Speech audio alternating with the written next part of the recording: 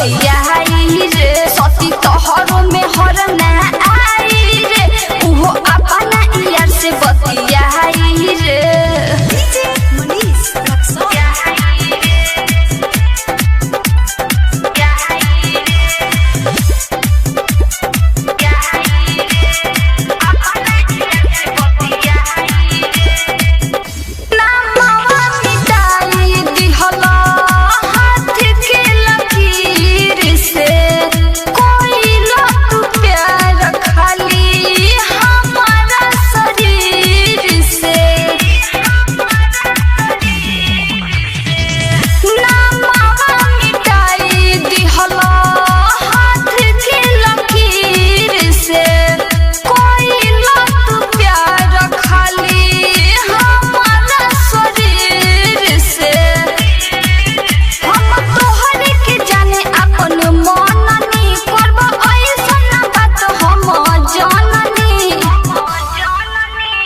हमरो शराब पड़ जाई रे उहो अपना लभ से बतियाई रे सती तोहरो में हरना आई रे उहो अपना यार से बतियाई रे त का करबो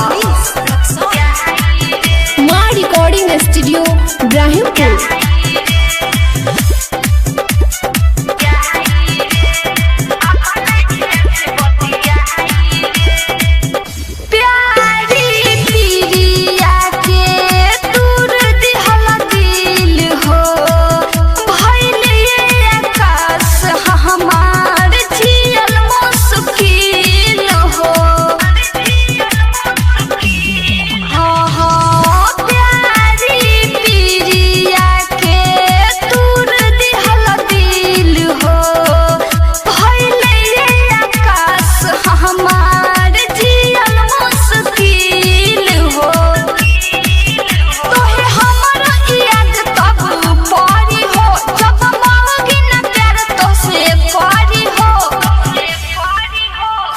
घूमी घूमी एने ओने खाई रे उहो अपना लभ से बतिया